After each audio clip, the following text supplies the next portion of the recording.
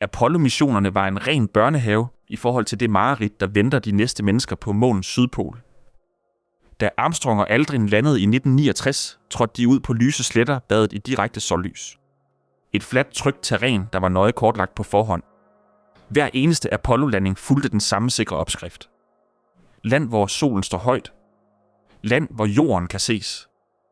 Land, hvor de ekstreme temperaturer i det mindste er til at forudsige. Men de Artemis-astronauter, der lige nu træner til månens sydpol, får absolut ingen af disse luksusforhold. De skal dykke ned mod Shackleton Crater-regionen. Ned i et evigt mørke. Ned i dræbende kulde. Ned i et nådesløst terræn af knivskarp månestøv, der kan flænse moderne udstyr hurtigere, end nogen Apollo-ingeniør nogensinde kunne have frygtet. Vi taler om steder så iskolde, at elektronik fryser til is ved kontakt. Så kulsorte, at menneskeøjne aldrig har set magen. Det er Shackleton. Et ældgammelt, brutalt krater, hvor ustabile sluger under livsfarlige, seismiske afgrunde. De astronauter, der vover sig derind, skal ikke bare udforske. De skal kæmpe for deres liv i et miljø, der virker skabt til at knuse alt, hvad der lander i det. NASA vender tilbage, men spillereglerne for overlevelse på månen er nu ændret for evigt. Apollo-besætningerne navigerede i blødt støv og sikre zoner. Den næste generation skal overleve barberbladskabt månestøv, uforudsigelige måneskæl og kulsorte skygger, der blokerer al direkte kommunikation med jorden. At sikre overlevelse i dette brutale, uberørte terræn er den absolut største og farligste forhindring, menneskeheden nogensinde har stået overfor i rummet. Planerne er allerede blevet presset til det yderste. Artemis 3 skulle have været den første landing, men er nu en testmission i kredsløb om jorden. Det betyder, at den historiske, livsfarlige landing på Sydpolen nu hviler på skuldrene af Artemis 4 i 2028. Men truslerne forbliver de samme. De dødelige farer, der venter i mørket, er fuldstændig ligeglade med missionens navn. Apollo-programmet landede mennesker 6 forskellige steder på månen. Hver eneste gang var det på den trygge, solbeskinnede ækvator. De havde direkte, ufiltreret sollys over sig hele dagen. Astronauterne kunne se terrænet krystalklart. De kunne se deres egne skygger. De kunne se deres rumskib. Men månens sydpol er et helt andet, skræmmende monster. Månen hælder kun 1,5 grader på sin akse, sammenlignet med jordens 23,5 grader. Og den lille detalje har katastrofale konsekvenser. På månens sydpol står solen aldrig højt på himlen. Den kryber langs horisonten året rundt, uden nogensinde at stå rigtigt op eller gå rigtigt ned. Resultatet er en evig, spøgelsesagtig tusmørketilstand på kraterkanterne og et absolut kulsort mørke nede i dybet. Disse mørke zoner er permanente skyggeregioner. Nogle af disse afgrunde har været begravet i total mørke i over 2 milliarder år. De har ikke set den eneste solstråle siden solsystemets ungdom. Shackleton Crater er et af disse frygtindgydende steder.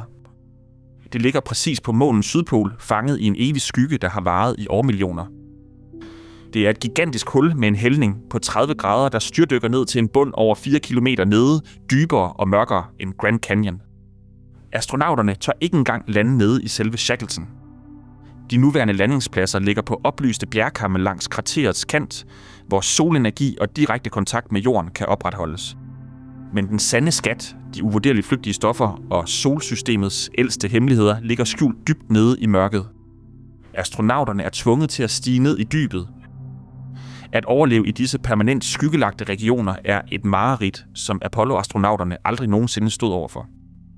Uden en atmosfære til at sprede lyset, er skyggerne på månen ikke bløde. De er fuldstændig kulsorte og nådesløse. Der er intet genskin. Intet svagt lys. En simpel sten kaster en skygge, der er fuldstændig umulig at skelne fra et bundløst hul i jorden. Forestil dig at træde ind i dette mørke med kun en pantelampe. Det er præcis som en dykker, der svømmer ned i en livsfarlig undervandsgrotte med kun én lommelygte. Den smalle lyskælde afslører kun det, den rammer direkte. Alt andet er et altomsluttende mørke. Træder du forkert, er din eneste advarsel det pludselige fald mod afgrunden. Der er intet perifert syn. Der er ingen horisont. Selv din dybdesans kollapser fuldstændigt, fordi hjernen mangler det omgivende lys til at bedømme afstande. Apollo-missionerne kæmpede med at fjerne bjerge virkede tæt på. Men i disse skyggezoner er mareridtet det stik modsatte. Ting, der er lige foran dig, ser ud til at forsvinde i den tomme intethed. Astronauterne skal navigere blindt ved hjælp af dragtens lys og lider i et ekstremt miljø, hvor det menneskelige øje for første gang i rumfartens historie er fuldstændig ubrugeligt. Og kulden på månens sydpol, den er på et niveau, der får Apollo-missionerne til at ligne en sommerferie. Apollo-astronauterne oplevede ekstreme temperatursvingninger fra brændende 115 grader i direkte sollys til minus 170 grader om natten. Koldt, ja, men til at håndtere. De landede nemlig i den lune månemorgen med masser af sollys. Men Shackletons evige skygger er koldere. Ufatteligt meget koldere. NASA's Lunar Reconnaissance Orbiter har afsløret, at de varmeste steder i disse zoner ligger på minus 170 grader. Men i de dybeste, mest isolerede kuldefælder falder temperaturen til skræmmende 25 Kelvin. Det er næsten minus 250 grader Celsius. Det gør disse kraterer til nogle af de koldeste steder i hele vores solsystem. Langt koldere end overfladen på Pluto. Koldere end Saturns isende ringe. Ved disse ekstreme temperaturer holder normale rumfartsmaterialer op med at fungere. De splinter som glas. Stål bliver så skørt, at det kan knuses ved det mindste stød. Plastik flækker. Smøremidler fryser til massiv is. Ledninger, der normalt kan bøjes tusindvis af gange, knækker over efter få bevægelser. Dette brutale fænomen har knust og ødelagt flere månelander end nogen anden miljøfaktor derude. Den gamle Apollo-rumdragt var slet ikke bygget til at overleve i disse isnende, kryogene helveder. Men den splinternye Axiom AX-EMU-dragt skal gøre præcis det. Denne højteknologiske rustning skal holde astronauten i live, mens støvlerne står direkte på månestøv, der er næsten minus 250 grader koldt. Det er en ingeniørmæssig udfordring af episke dimensioner, og faren lurer overalt. Mens støvlerne og underkroppen brutalt mister varme til den isnende regolit, skriger hjelmen og overkroppen efter aktiv køling. Astronautens krop pumper nemlig hele 300 watt ren kropsvarme ud, som skal væk. I det nådesløse sollys på kraterkanten skal dragten dumpe varme. Men for skridt derfra i de mørke PSR-zoner skal den pludselig holde på varmen. Det termiske system skal skifte mellem disse ekstremer på få minutter, helt uden at miste tryk eller dræbe bevægeligheden. Apollo-missionerne stod aldrig over for dette mareridt. Deres dragter levede i et konstant miljø med evigt sollys. Den nye generation af rumdragter skal overleve brændende sol, total mørke og kryogenisk vakuum på en og samme EVA. Det er som forskellen på en hyggelig campingtur og et livsfarligt dyk i en frossen antarktisk grotte. Men utrolig nok er den dræbende kulde kun den næstværste fare på Sydpolen. Den absolut største trussel mod enhver mission er noget meget mere snigende, noget der lurer i selve overfladen og som kan ødelægge alt. Alle Apollo-missioner vendte tilbage med den samme chokerende advarsel. Månestøvet trængte ind overalt. Eugene Cernan, den sidste mand på månen, kaldte det den absolut største udfordring for fremtidige missioner. Og han talte vel at mærke kun om stødet ved ækvator. Stødet på Sydpolen er et fuldstændig anderledes og brutalt materiale. Her er den skræmmende grund. Månens overflade bliver konstant bombarderet af solvind. Ladede partikler fra solen smadrer ind i regolitten, og over hundreder af millioner år slipper de enkelte støvkorn runde. Resultatet er et overfladestøv, der ganske vist er ru, men som har fået slebet sine skarpeste kanter af milliarder af års mikroskopisk sandblæsning. Apollo-astronauterne kæmpede med denne slebende regolit. Det var forfærdeligt, det ødelagde forselinger og ridsede rumdragterne. Men det var faktisk den milde version. De kulsorte skygger på Sydpolen har blokeret for solvinden i 2 milliarder år. Støvet i disse evige skyggezoner er aldrig blevet slebet. Det er frist. Det er knivskarpt. Kornene er i virkeligheden bittesmå, ubeskadigede glaskår, skabt under ældgamle meteornedslag og frosset fast i tiden lige siden. Mikroskopiske studier lignende regolit fra antarktiske månemeteoritter afslører splindrede overflader, sildespidse og en overfladekemi, der er ekstremt reaktiv på en måde, Apollo-støvet aldrig var i nærheden af. Indånder man et par gram af det normale Apollo-støv, hvilket flere astronauter faktisk gjorde, får man et ubehageligt udslæt og irriteret luftveje. Men indånder man den samme mængde af det jomfruelige støv fra Sydpolen, kan den voldsomme kemiske reaktion udløse noget, der minder om silikose, den frygtede lungesygdom, som kulminearbejdere får. Disse mikroskopiske glaskår river ikke bare lungevævet i stykker, de reagerer kemisk med det og ætser det indefra. Og som om det ikke var nok, er der problemet med statisk elektricitet. På månen bliver overfladen konstant ioniseret af ultraviolet lys, hvilket giver månestøvet en massiv elektrostatisk ladning. Støvkornene forvandles til mikroskopiske magneter fra helvede. De klamrer sig til alt, hvad de rører ved, og de nægter simpelthen at give slip. Du kan ikke bare børste det af. Den statiske ladning suger det til sig på sekunder. Apollo-astronauterne oplevede dette mareridt. Efter hver rumvandring var månelanderen totalt dækket af giftigt støv, der klæbede til deres dragter. Men på månens sydpol, her er faren ekstremt forstærket. De dybe skygger skaber livsfarlige elektriske spændinger i overfladen. Støvet i mørket kan bære tusindvis af volt, chokniveauer langt over det, vi så ved ækvator. NASA kalder det skræmmende fænomen for razor dust. Det er nemlig både knivskarpt og elektrisk. Dette dræberstøv klistrer til solpaneler og kvæler deres strøm. Det smadrer kameralinser og gør vitale instrumenter blinde. Det æder sig ind i maskineriet, og det forsvinder aldrig igen. Apollo-programmet kæmpede med stødet på missioner, der kun varede 3 dage. Men de nye sydpolsmissioner skal bygge en permanent base for menneskeheden. Her skal vi overleve i måneder og år, ikke kun få dage. Og vi skal forhindre, at astronauterne slæber dette giftige mareridt med ind. Ellers ender det i luften, i maden og dybt nede i deres lunger. Dette er ikke fiktion. Det skete under Apollo. Men Apollo-missionerne sluttede hurtigt. Det gør en sydpolsbase ikke. Selve jorden på Sydpolen er slet ikke den tørre, stabile klippe, vi kender. Apollo landede på sletter, hvor støvet var knastørt og kemisk dødt. Under støvet lå der massiv basalt, forudsigeligt, sikkert og fuldstændig roligt. De gamle Apollo-instrumenter fangede godt nok måneskæl, men de var ekstremt svage og meget langt væk. Ingen af dem truede nogensinde missionen. Sydpolens overflade er et helt andet monster. Dybt nede lurer eksplosive og flygtige stoffer. Frossen vand, kuldioxid, ammoniak og metan brutalt smadret ind af kometer og fanget i den ekstreme kulde. Denne iskolde tidsindstillede bombe har samlet sig i over 2 milliarder år. Jorden dernede er en vild kemisk cocktail, ikke bare en kedelig sten. Og den kemi har fatale konsekvenser for alt, der lander der.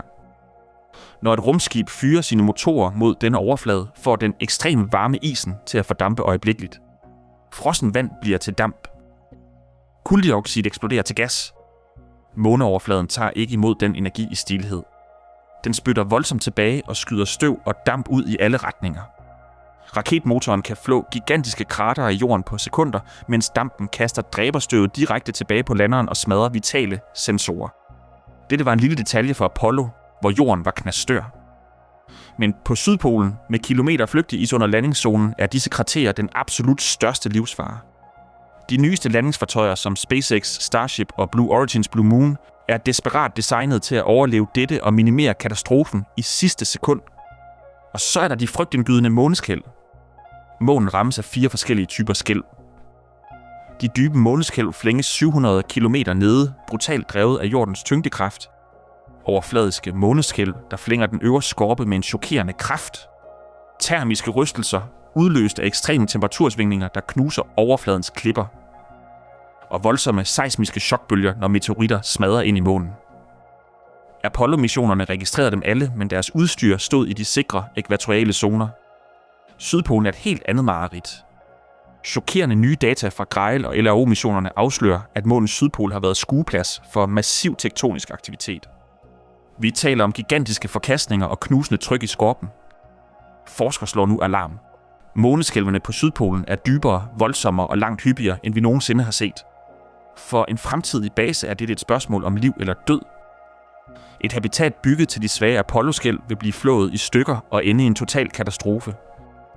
Det er netop derfor, LEMS Lunar Environment Monitoring Station nu bliver sendt afsted for at overvåge dette brutale miljø. Det bliver den allerførste langsigtede seismiske måler på månens sydpol, og dens data vil diktere overlevelsen for alle fremtidige missioner. De astronauter, der lander her, træder ind i det absolut ukendte. De bliver pionerer i et nådesløst terræn, der vil teste grænserne for, hvad næste generation af rumforskere kan overleve. Under Apollo-missionerne var der konstant, direkte radiokontakt med jorden fra landing til afgang. De havde en krystalklar, uforstyrret udsigt til vores planet på månehimlen. Mission Control kunne følge hvert eneste skridt i realtid med kun et sekunds forsinkelse. Beslutninger blev truffet i fællesskab. Kriser blev løst sammen. Astronauterne var aldrig alene. Men på Sydpolen, især nede i de gigantiske kratere, bliver den tryghed knust. Fra bunden af Shackleton-krateret er jorden skjult under horisonten. Kraterets massive vægge blokerer alt. Der er absolut ingen direkte radiokontakt. Alt skal nu videreresnes via en satellit eller den kommende Lunar Gateway-rumstation. Dette skaber livsfarlige forsinkelser, signaltab og katastrofale fejlrisici, som Apollo aldrig stod overfor. Lunar Gateway er NASA's nye rumstation, der skal kredse om månen som et permanent bindeled.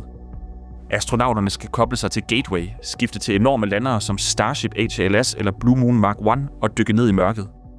Men Gateway er ikke altid lige over dem. Det betyder skræmmende perioder, hvor astronauterne vil være totalt afskåret fra jorden. Isoleret i det dybe rum. Apollo-mandskabet var slet ikke forberedt på et totalt kommunikationskollaps, men på Sydpolen er det den barske virkelighed. Rumdragter, landere og habitater skal være ekstremt selvkørende, for herude er der ingen, der kan høre dig kalde på hjælp. Den absolute kontrol, der før lå trygt i Houston, er nu overladt til 4 isolerede mennesker i rumdragter. De navigerer i et kulsort krater på selve måneoverfladen 2 lyssekunder hjemmefra og ofte mere. Hvorfor løber vi disse ekstreme risici? Apollo-missionerne beviste, at mennesket overhovedet kunne nå månen. Men de næste missioner skal besvare et langt mere skræmmende spørgsmål. Kan vi overleve derop? Kan vi udvinde vand og is fra evigt mørklagte regioner, bygge en base, der modstår voldsomme måneskælv og skabe en permanent tilstedeværelse? For månen er kun begyndelsen. Mars er det sande ultimative mål. Alt, hvad der sker ved Shackleton-krateret, er en livsfarlig generalprøve. Apollo var en kort sprint på få dage. Men missionerne til Sydpolen lægger fundamentet for et imperium i rummet, der skal bestå i årtier, måske århundreder. Den slags overlevelse kan ikke bygges på sikker grund. Den skal tvinges frem i det mest nådesløse og brutale terræn, vi kender. For det er der, de livsvigtige ressourcer gemmer sig. Det er der, videnskaben venter. Og det er lige præcis der, menneskehedens næste utrolige kapitel begynder. Apollo-astronauterne stod i sollyset i et par dage, plantede et flag og rejste hjem. Det Artemis-besætningerne nu kaster sig ud i, er et fuldstændig ukendt mareridt. En missionstype, menneskeheden aldrig før har våget at forsøge på en anden klode. De lander i et evigt isnende mørke. De opererer i ekstreme kryogene temperaturer og går på knivskarp månestøv, der kan flænse både lunger og udstyr. De krydser et seismisk aktivt helvede, hvor måneskælvene er fuldstændig uforudsigelige. Og de gør det uden den konstante radiokontakt til jorden, som Apollo tog for givet. At overleve her er ikke bare en tjekliste. Det er en total revolution af selve rumfarten. Dragterne er anderledes. Landingsfartøjerne er anderledes. Kommunikationen er helt anderledes. Tidslinjen er ændret. Selv jorden under deres fødder er en anden. Men belønningen er ufattelig. Den skjulte is dybt nede i Shackleton kan en dag blive raketbrændstoffet, der skyder næste generation af opdagelsesrejsende endnu længere ud i mørket. Videnskaben fra det dybfrosne støv kan fuldstændig omskrive historien om, hvordan vores solsystem blev skabt. Basen på kanten af krateret kan blive den allerførste permanente menneskelige bosættelse på en fremmed verden. Hvad ville man ofre for at blive en del af den allerførste besætning, der træder ind i den evige skygge på en anden klode? Lige nu træner de modige mennesker, der snart skal stå på den kraterkant og stirre ned i et afgrundsdybt mørke, intet menneske før har set. For nylig vendte 4 astronauter tilbage fra en epokegørende rejse rundt om månen. De var den første besætning, der rejste så langt væk fra jorden i over 50 år. Dette er kun begyndelsen på en ny, nervepirrende æra i rummet, hvor grænserne for menneskets formåen vil blive presset til det absolute yderste.